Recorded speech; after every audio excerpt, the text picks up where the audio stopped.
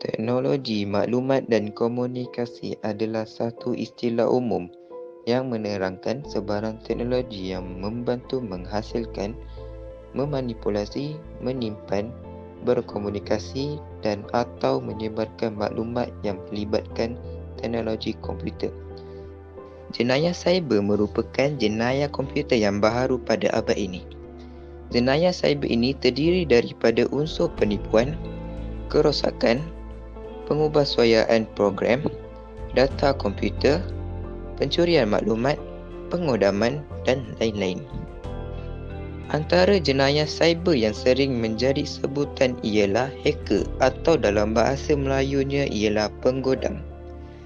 Hacker adalah orang yang memecah masuk komputer dan rangkaian sistem komputer sama ada untuk mendapatkan keuntungan ataupun didorong oleh cabaran.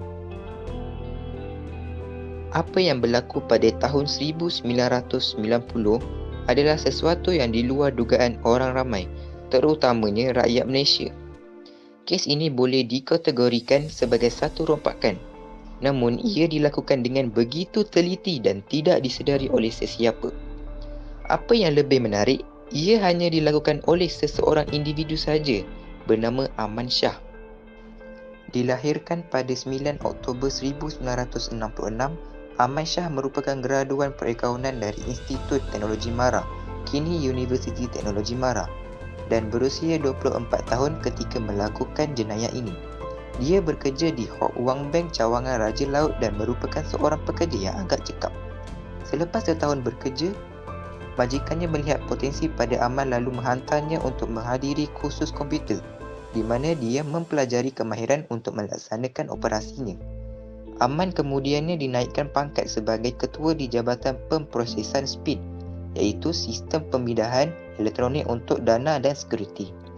Menggunakan jawatan dan kemahiran yang dipelajarinya, sumber menyatakan bahawa dia melaksanakan operasi dengan memindahkan 1 sen setiap hari dari setiap akaun di Hock Wang Bank ke akaun proksi di bank lain. Aman Shah memperdaya pihak pengurusan bank negara di mana dia mengemukakan arahan palsu melalui sistem pemindahan elektronik untuk dana dan sekuriti SPID.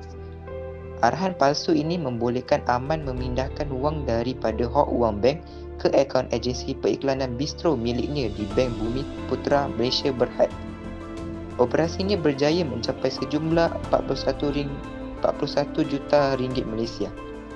Namun, bab kata pepatah, sepandai-pandai tupai melompat akhirnya jatuh ke tanah jua. Nasib baik yang dimiliki Aman Shah bertukar menjadi mimpi buruk apabila dia ditemu ramah mengenai pemilikan kereta sportnya dalam sebuah rancangan TV pagi sekapus sirih TV3 pada 3 Jun 1990. Sebagai seorang peminat kereta sport yang tegar, Aman tidak dapat menyembunyikan minatnya ini. Temu ramah ini berlangsung ketika Aman sudah meletakkan jawatannya di Hock Wang Bank.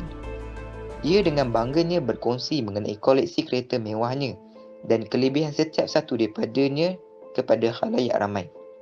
Secara kebetulan, bekas majikannya juga menonton rancangan TV tersebut. Tidak berasa kagum. Bekas majikan Aman sebaliknya berasa curiga bagaimana bekas pekerjanya dengan gaji RM1,800 Malaysia sebulan mampu memiliki koleksi kereta yang mewah tersebut.